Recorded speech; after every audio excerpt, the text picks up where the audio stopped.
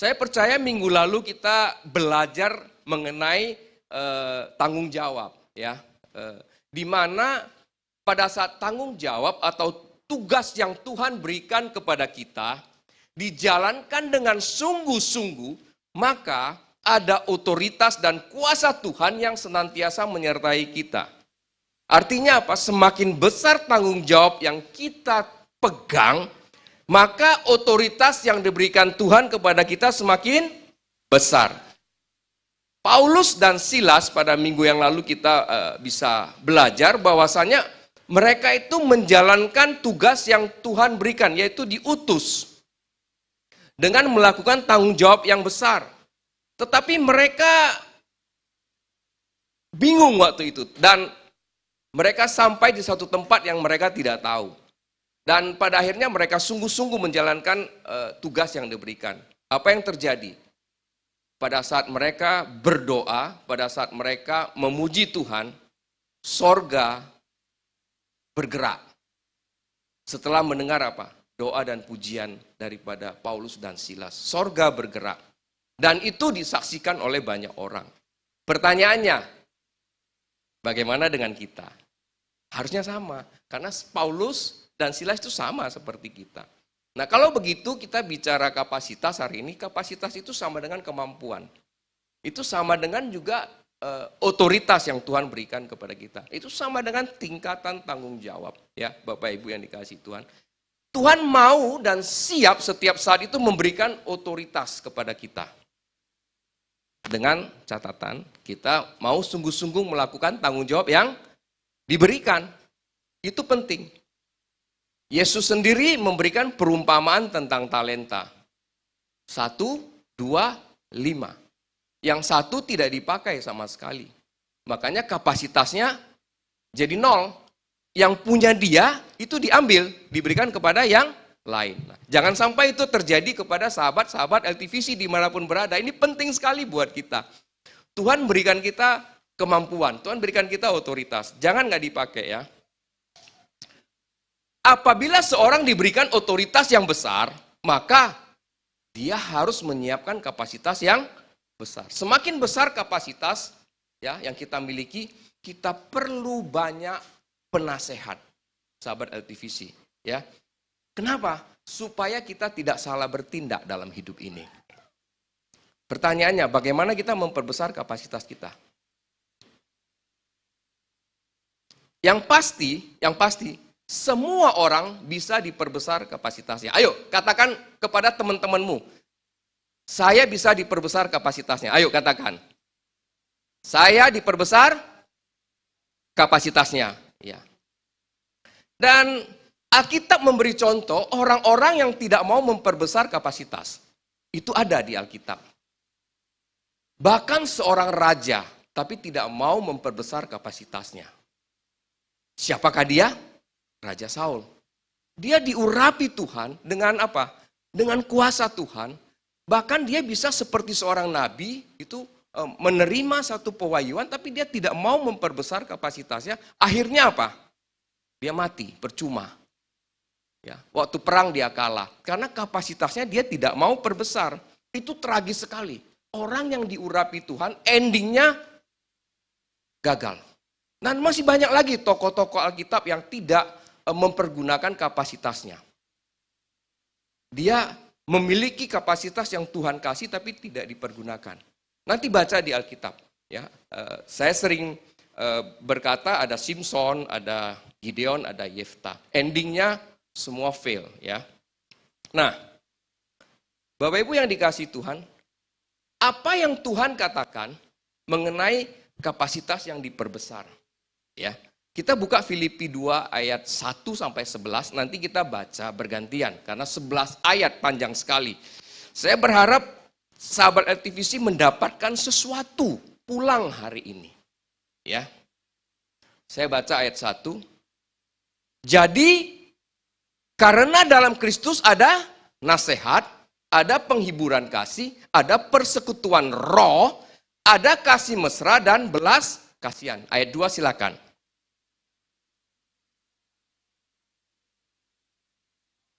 Sehati sepikir, satu kasih. satu jiwa, satu tujuan. Ayat 3. Dengan tidak mencari kepentingan sendiri atau puji-pujian yang sia-sia. Sebaliknya, hendaklah dengan rendah hati yang seorang menganggap yang lain lebih utama daripada dirinya sendiri. Ayat 4 silakan.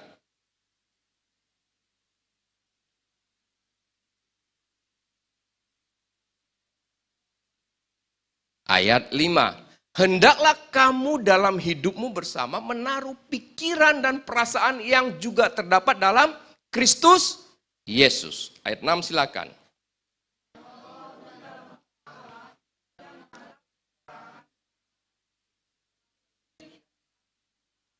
Ya, ayat 7.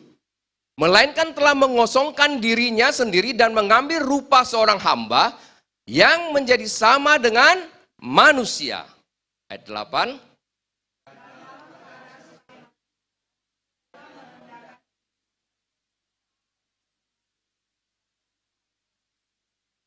Ayat 9. Itulah sebabnya Allah sangat meninggikan dia dan mengaruniakan kepadanya nama di atas segala nama. Ayat 10 silakan.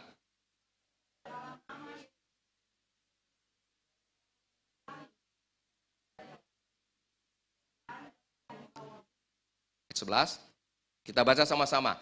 Dan segala lidah mengaku Yesus Kristus adalah Tuhan bagi kemuliaan. Wow, luar biasa. Kalau tadi dibaca, perhatikan pelan-pelan, itu ada rahasia cara mengembangkan kapasitas. Itu dibagi dua bagian. Jadi antara ayat 1 sampai 4, kemudian 5 sampai 11. Jadi ada dua bagian yang penting di sini. Nah, bagian yang pertama itu intinya adalah diri kita mau dibentuk oleh Tuhan. Itu bagian pertama. Ayat 1 sampai 4. Intinya di situ. Artinya diri kita mau dibentuk dan mau dikembangkan kapasitasnya oleh Tuhan. Kalau kita nggak mau, ya nggak bisa. Jadi ayat 1 sampai 4 berbicara itu. Kemudian ayat 5 sampai 11 itu berbicara pengembangan kapasitas diri itu harus terkoneksi dengan Tuhan. Terus memiliki apa? Memiliki hati hamba dan taat. Jadi ada dua bagian. Jadi sebelah sini urusannya dengan diri kita sendiri. Sebelah sini urusannya dengan Tuh. Jadi 50-50. 50% kita memegang peranan, 50% lagi Tuhan memegang peranan. Kalau kita nggak mau, nggak jalan di sini karena nggak terkoneksi. Ini penting buat kita berpikir. Nah, kita akan bahas yang pertama, bagaimana cara Tuhan memperbesar kapasitas kita. Yang pertama adalah mengikuti cara pembentukan Tuhan. Ini yang agak sulit saya kira, saya jujur saja. Mengikuti cara Tuhan membentuk kapasitas kita. Kita kembali ke ayat 1, bisa ditampilin ayat 1. Saya percaya Bapak, Ibu, adik-adik di sini ya, pasti butuh nasihat. Karena di dalam Kristus ada nasihat. Dari lahir kemudian sudah bisa sekolah, bisa bicara, masuk ke TK pun sudah butuh nasihat dari kecil. Bukan berarti dari kecil kita butuh nasihat, kita dewasa tidak butuh nasihat. Enggak, sampai tua pun kita butuh nasihat Bapak Ibu. Ya, kalau mau jujur ya, sini penerima nasihat, sini pemberi nasihat. Di tengahnya ini ada gap, Bapak Ibu, ya. Karena tidak semua nasihat itu dijalankan. Jujur di dalam hidup ini. Tidak semua, ya. Kenapa? Ada perbedaan status sosial antara yang memberi nasihat sama yang menerima nasihat. Padahal bicara nasihat itu tidak bicara pengalaman Bapak Ibu. Bicara nasihat bukan bicara pengalaman. Bicara nasihat itu bicara hikmat yang Tuhan berikan melalui orang lain kepada kita. Nanti kita bicara manfaatnya. Nah, kemudian nasihat itu ada gap, itu karena oh saya lebih hebat dari dia, dia enggak, saya enggak mau dengar dia ngomong. Atau dia lebih kaya dari saya, kemudian yang memberi nasihat itu kurang kaya gitu. Nah, itu ada gapnya, nggak bisa diterima. Padahal Alkitab mengatakan yang tinggi memberkati yang rendah, bukan yang kaya memberkati yang miskin. Enggak loh di Alkitab. Tinggi memberkati yang rendah, artinya otoritas, bicara otoritas Tuhan, bicara kapasitas Tuhan. Ini yang sering kita meleset. Ya. Nah, kalau kita lihat tadi itu bicara gap antara pemberi nasihat dan penerima nasihat. Berarti kan ada dua faktor. Faktor orang yang menerima dan orang yang memberi. Nah, kalau yang memberi nasihat itu kadang-kadang kita bisa katakan pemberi nasihatnya terlalu ofensif.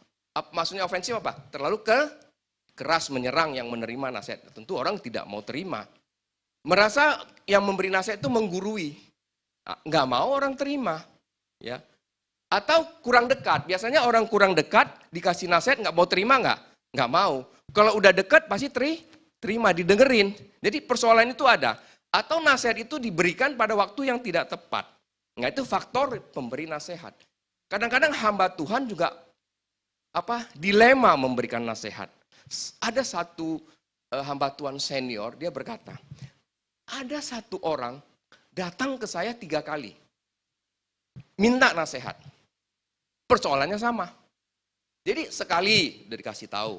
2 kali udah dikasih tahu. 3 kali udah dikasih tahu. Nah ketiga kali hamba Tuhannya bilang begini.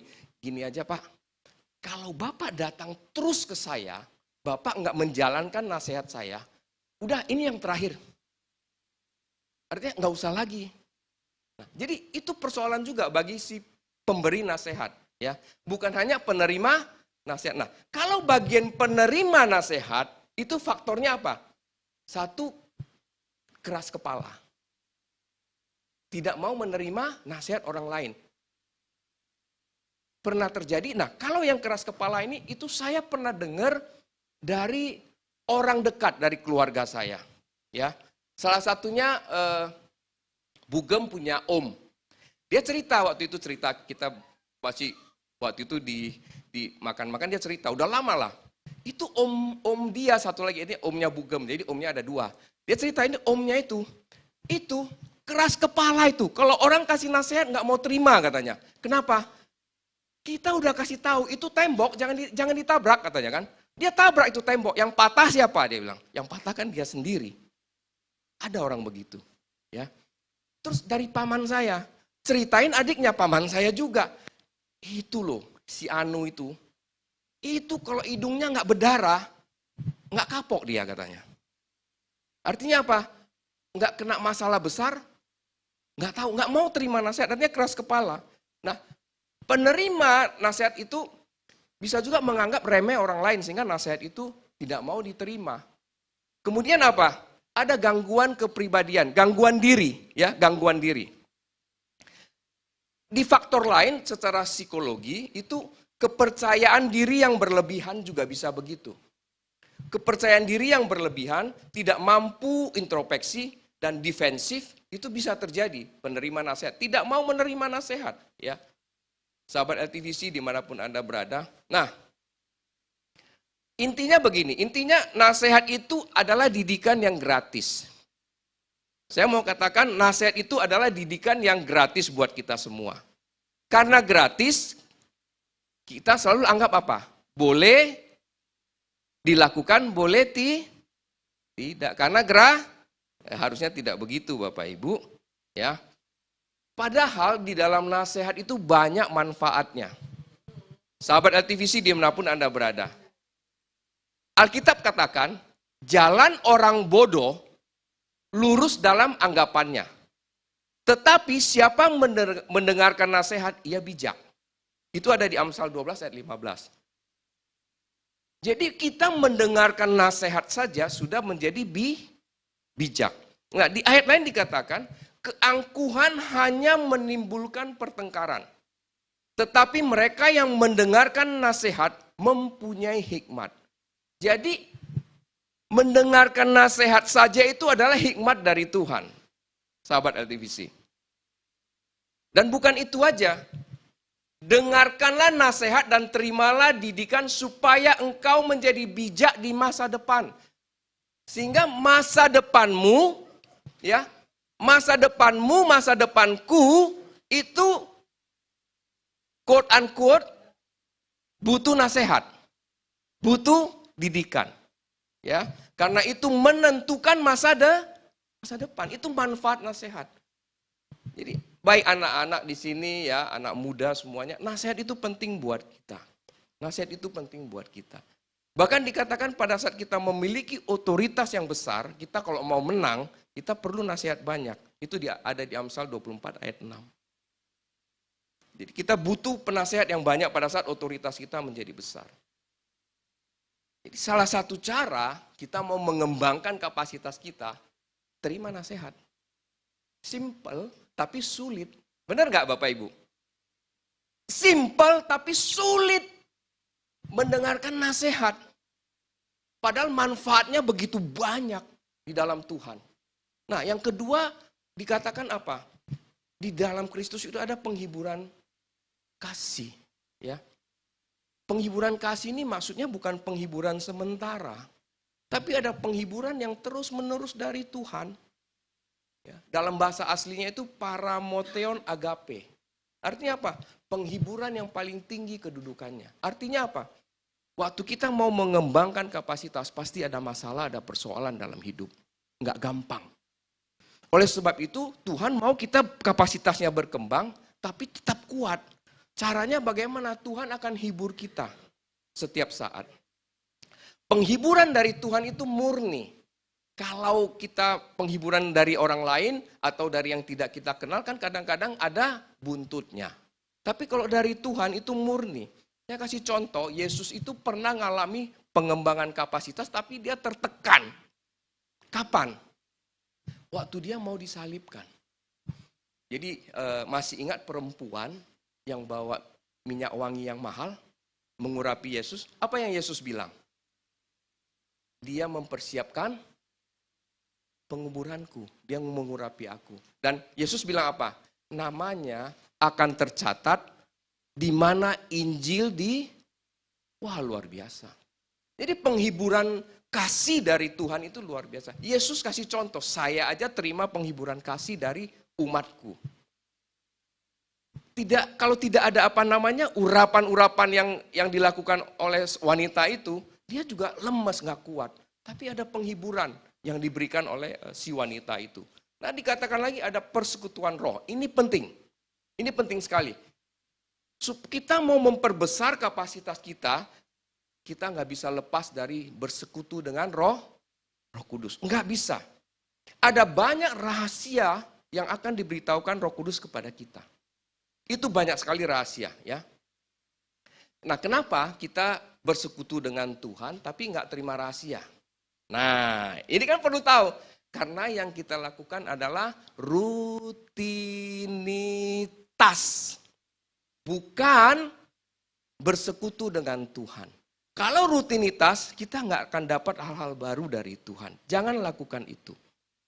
Kenapa bisa jadi rutinitas adalah pada saat Roh Kudus meminta kita mengerjakan sesuatu, kita suka tunda. Atau kita tidak mengerjakan sama sekali. Itu kita punya hubungan sama Roh Kudus itu akan jadi rutinitas. Gini loh, saya mau kasih contoh, berbeda kita merasakan hadirat Tuhan sama hadirat Tuhan ada dalam kita. Itu dua hal yang berbeda Bapak Ibu, adik-adik. Kita merasakan hadirat Tuhan dengan Tuhan ada dalam kita. Masih ingat Bileam? Bileam bilang, aku melihat Tuhan dari jauh. Karena kenapa? Dia tahu Tuhan di luar. Tuhan gak bisa masuk karena ada blocking di dalam dirinya. Jangan jadikan rutinitas pada saat kita bersekutu dengan Tuhan. Lanjut dikatakan ada apa? Kasih mesra. Nah kasih mesra ini adalah kasih yang paling dalam yang Tuhan berikan kepada kita. Artinya apa? Artinya kita ini ada di hati Tuhan yang paling dalam. Pertanyaannya Tuhan tanya balik. Apakah saya Tuhan itu ada di hatimu yang paling dalam? Atau ada yang lain? Ini penting buat kita ya. Di Alkitab dikasih contoh seorang tokoh yang dia ada di dalam hati Tuhan yang begitu dalam. Kemana-mana Tuhan pergi ingatnya dia gitu loh. Namanya Daud. Demikian juga Daud. Dia kemana-mana pun pergi, dia tanya Tuhan. Dia mau berperang, dia tanya Tuhan. Kemanapun dia mau pergi. Jadi Tuhan ada di dalam dia yang paling dalam. Ya. Kemudian dia ada di dalam Tuhan yang paling dalam. Nah, cara itu baru bisa mengembangkan kapasitas. Ya. Daud itu mengembangkan kapasitas itu caranya seperti itu. Dia benar-benar menaruh Tuhan ada di dalam hati dia yang paling dalam. Makanya kapasitasnya bisa dikembangkan. Kita lanjut, ada belas kasihan. Belas kasihan di sini artinya saya cek ke bahasa aslinya, itu Tuhan akan kasih karunia demi kasih karunia. Itulah artinya memperbesar kapasitas kita. Memperbesar kapasitas kita. Jadi belas kasihan di sini kasih karunia demi kasih karunia. Nah, baru ayat 1 aja udah begitu jelas Tuhan katakan, ini loh cara pengembangan kapasitas diri kita. Salah satunya. Nah, ayat 2 dikatakan apa? Paulus katakan sempurnakanlah sukacitaku dengan ini. Artinya apa? Ada tambahannya. Sehati sepikir. Apa sih sehati sepikir? Dalam bahasa aslinya itu disebut pikiran yang penuh kasih. Bagaimana sih pikiran yang penuh kasih, Bapak Ibu? Masih ingat apa arti kasih di 1 Korintus 13 ayat 4-8? Kasih itu sabar, murah hati, dan seterusnya, dan seterusnya. Itu harus ada di pikiran kita. Salah satu cara kita mengembangkan kapasitas kita harus ada pikiran yang penuh kasih. Jadi definisi kasih itu kita harus udah lengket di kepala kita. Paulus katakan apa? Satu jiwa. Apa sih arti satu jiwa? Kalau Bapak Ibu pernah ingat Tuhan Yesus bilang begini, kalau 2 orang atau 3 orang berkumpul, memanggil namaku, aku hadir. Nah, satu jiwa di sini seperti itu artinya, karena akar katanya sumponeo. Sumponeo itu artinya satu nada. Jadi satu orkestra yang besar, nadanya mainnya sama. Jadi setiap personalnya tahu memainkan bagian dia masing-masing. Itu namanya sumponeo. Nah, satu jiwa itu begitu. Setiap kita di kelompok itu tahu memainkan perannya masing-masing. Itu kapasitas bisa besar. Artinya apa? Kalau kita bicara diri kita sendiri, panca indera kita ada pikiran, ada hati, ada tangan, ada kaki. Jangan apa yang kita ngomong beda dengan apa yang kita pikirkan. Kita pikirkan beda dengan ada yang dalam hati. Kemudian apa yang kita kerjakan beda lagi. Itu maksudnya di situ.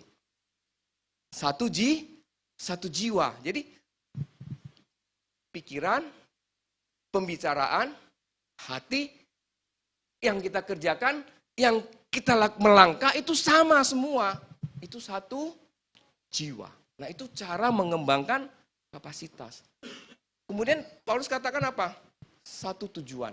Nah, kalau satu tujuan tidak bisa tidak, kita harus terkoneksi dengan Tuhan. Sama kalau kita misalnya mau jalan buka Google Map kan? Seperti itu. Jadi kita harus terkoneksi sama Tuhan. Itulah tujuan kita, ya. Bukan hanya itu Paulus bilang, ayat 3. Dengan apa? Dilanjutkan. Ayat 3. Oke. Nah, dengan tidak mencari kepentingan diri sendiri. Nah, apa artinya? Saya cek ke bahasa aslinya ternyata kepentingan diri sendiri ini membentuk perlawanan. Jadi ada perlawanan dalam diri kita. Pada saat Tuhan mau mengembangkan kapasitas, ada perlawanan dalam diri kita sendiri. Nggak mau dikembangkan. Itu bahaya sekali buat kita anak-anak Tuhan. Ada perlawanan. Kita sendiri tidak mau dikembangkan. Itulah dinamakan kepentingan diri sendiri. Jadi membentuk perlawanan di dalam diri sendiri. Bahkan Tuhan diajak berintrik itu. Saya baca penjelasan-penjelasan di bahasa aslinya. Tuhan aja dibikin intrik sama dia. Jadi bukan kehidupan ini punya intrik. Kita sama Tuhan pribadi ada intrik. Coba renungkan. Itu bahaya sekali. Sehingga kapasitas kita terganggu, nggak bisa besar. Ya. Dan dikatakan juga pujian yang sia-sia. Pada saat kita membentuk perlawanan dengan Tuhan, yang kita inginkan pujian itu pujian kosong. Pujian yang sia-sia. Ya. Kapasitas kita nggak bisa besar. Ya. Kemudian dilanjutkan. Dikatakan apa? Yang lain lebih utama dari dirinya sendiri. Nah, ini artinya menempatkan orang pada posisinya, bisa menghargai orang. Ya, bisa menghargai orang. Jadi pada saat kita sudah mengadakan perlawanan dengan Tuhan, otomatis kita nggak menghargai Tuhan. Ya dong? Kita udah melawan Tuhan, cara Tuhan kita nggak mau terima. Kita udah otomatis mengadakan perlawanan dengan Tuhan. Ya. Nah, padahal apa? Tuhan tidak menghendaki perpecahan. Tuhan nggak menghendaki perpecahan. Di mana? Di keluarga, Tuhan nggak suka. Tuhan mau keluarga akur, bersatu. Karena kenapa? Tuhan bilang keluarga yang rukun dan damai, kesanalah Tuhan kasih berkat. Ya, keluarga itu harus akur. Ya. Jangan ada perpecahan. Jadi maksud dari ayat 3 ini, jangan ada perpecahan. Bukan hanya di keluarga, di pekerjaan juga. Di bisnis juga, di pertemanan juga. Ya, di mana lagi? Di pelayanan juga. Jangan ada perpecahan. Hindari perpecahan. Ini maksudnya ayat ini. Hindari perpecahan. Kenapa? Karena semua perpecahan itu berasal dari mana? Si jahat. Bukan dari Tuhan. Perpecahan itu dari si jahat, Bapak Ibu. Makanya kita harus hati-hati ya. Kadang-kadang kita disetir oleh si jahat. Kita lihat kisah di Alkitab, waktu mulai pecah itu, Adam, Hawa kan, udah saling turun ke bawah. Anaknya saling membunuh. Kain bunuh Habel. Turun lagi sampai zaman Nuh, orang udah gak karuan. Itu bahaya sekali. Jadi perpecahan, perlawanan itu sangat bahaya. Nah itu yang tidak bisa membuat kapasitas kita besar. Makanya Tuhan bilang kita perlu apa? Satu kasih, satu jiwa, satu tujuan tadi di ayat 2 sebelumnya. Nah, kasihlah itu yang memampukan kita mengatasi kesulitan hidup kita. Ya, Bapak Ibu yang dikasihi Tuhan. Nah, ayat 4. Dan tiap-tiap orang, ayat 4. Ya, tiap-tiap orang hanya memperhatikan kepentingan, janganlah tiap-tiap orang hanya memperhatikan kepentingan diri sendiri, tapi kepentingan orang lain juga. Apa sih artinya ini? Saya sederhana aja ya supaya gampang ngerti ayat 1 ini ya. Untuk mempermudah menjelaskan hak dan kewajiban. Ya. Ini bicara hak dan kewajiban. Saya ingin mengatakan semua kita punya hak, Bapak Ibu. Hak dipuji, benar nggak? Hak diakui, hak dihargai. Kita punya banyak hak. Tapi kita harus ingat, orang lain juga punya hak yang sama. Orang lain juga punya hak dipuji, hak dihargai, hak dihormati. Kita mau dihormati. Tapi Alkitab bilang apa? Di Matius 7 ayat 12. Apa yang mau orang lain lakukan terhadap dirimu, you harus lakukan dulu. Artinya apa? Bukan hak yang duluan, tapi kewajibanmu duluan. Ya. Semua yang engkau mau orang lain lakukan kepadamu, orang baik kepadamu, kamu harus lakukan dulu ke orang lain. Orang sabar kepadamu, kamu harus sabar ke orang lain dulu. Itu firman Tuhan katakan begitu. Karena kenapa? Di dalam semua hakmu itu ada kewajibanmu. Ya. Justru Alkitab bilang apa? Kewajibanmu lu harus dilakukan. Kewajiban dulu harus dilakukan. Baru datang haknya. Kebalik Alkitab katakan. Kalau di dunia nyata, apa? Hak dulu. Mana hak gua? Tapi enggak, Alkitab mengatakan, no. Anda harus lakukan kewajibanmu dulu. Jadi Anda mau dihargai, hargailah orang lain. Anda mau dihormati, hormatilah orang lain. Anda mau diakui, akuilah orang lain dulu. Supaya apa? Kapasitas kita bisa besar. Ini terjadi di mana-mana kok, di kantor, di rumah, di pelayanan semua. Ya. Kadang-kadang kita anggap remeh orang, tapi kita nggak mau dianggap remeh, iya kan? Kita nggak menghargai orang. Itu sering terjadi kok. Orang dengar nggak, orang ngomong nggak mau dengar gitu loh. Orang ngomong di sini dan ngomong di sana. Nah, itu sering terjadi gitu loh. Tapi anyway inilah supaya kita bisa memperbesar kapasitas kita. Tuhan mau kita lihat apa? Kewajiban kita dulu. Ya, lakukan kewajiban. Jangan abaikan kewajiban kita. Artinya di dalam kewajiban itu ada tanggung jawab. Ingat, apabila hak dan kewajiban itu tidak balance, akan timbul hal-hal yang tidak enak di dalam hidup ini. Akan timbul perbuatan daging yang akan merugikan orang lain maupun diri sendiri. Jadi harus balance antara hak dan kewajiban.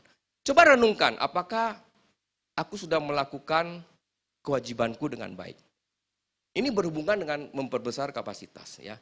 Ingat, sampai ayat keempat tadi kita katakan, 50% pengembangan kapasitas bergantung pada dirimu, bukan orang lain. Jadi jangan katakan kalau kamu tidak bisa berkembang, salah orang.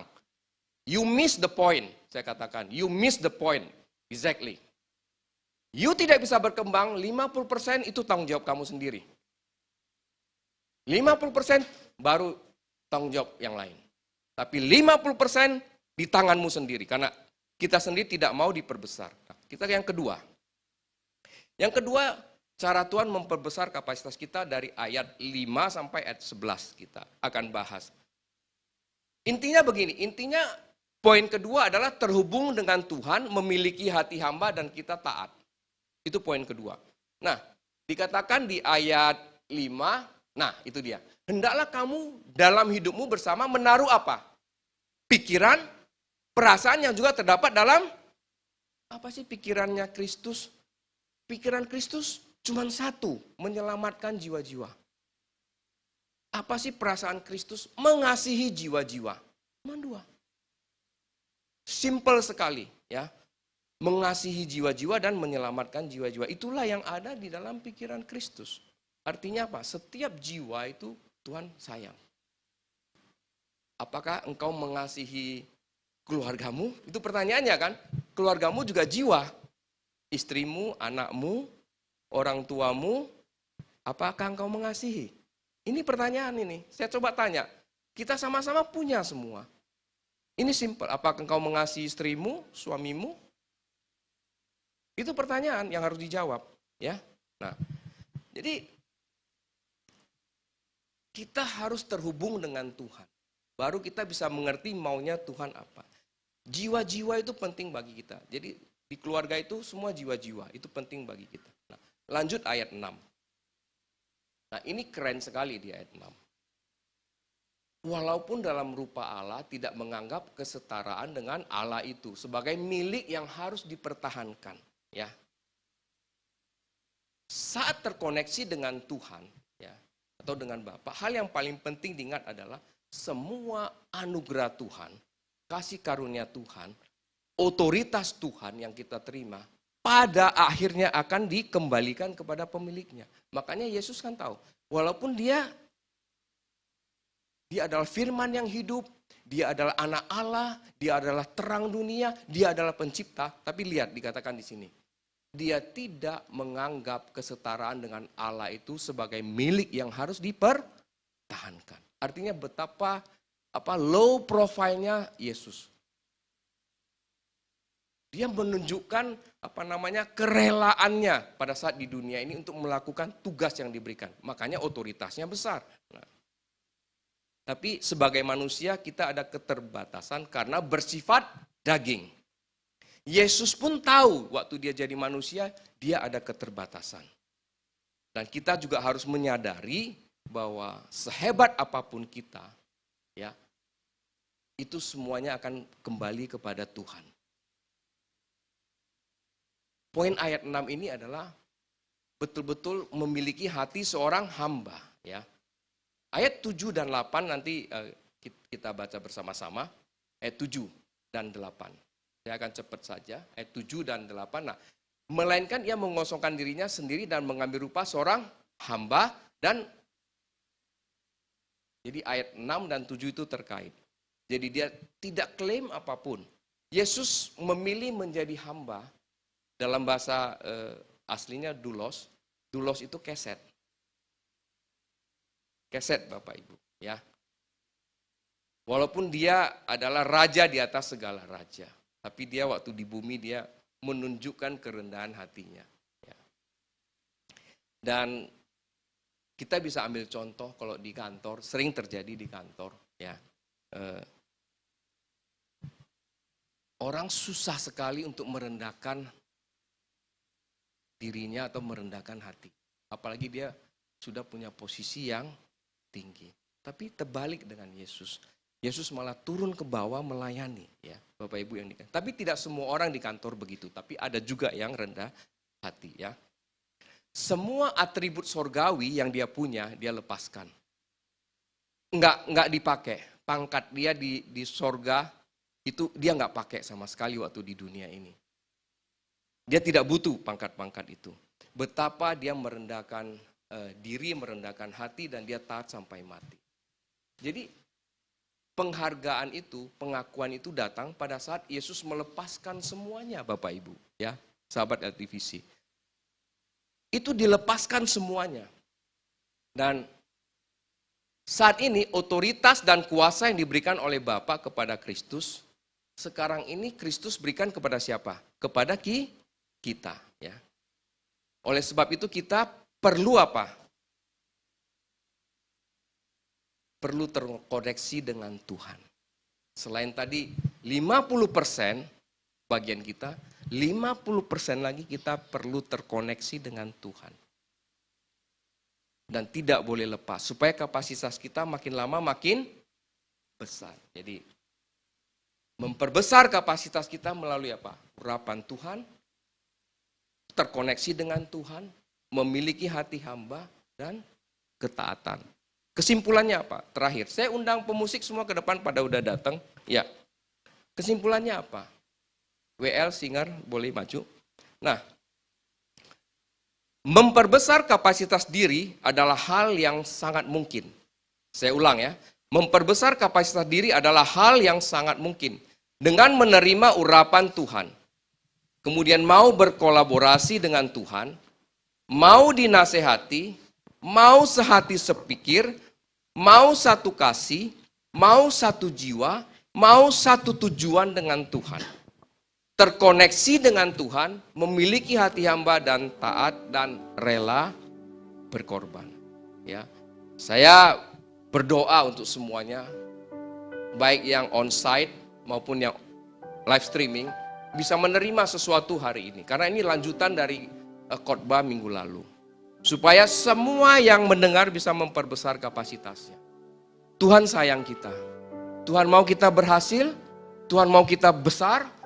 Terus terang Tuhan tidak mau lihat kita susah. Tuhan mau lihat kita jadi orang-orang yang bisa menjadi berkat bagi banyak orang.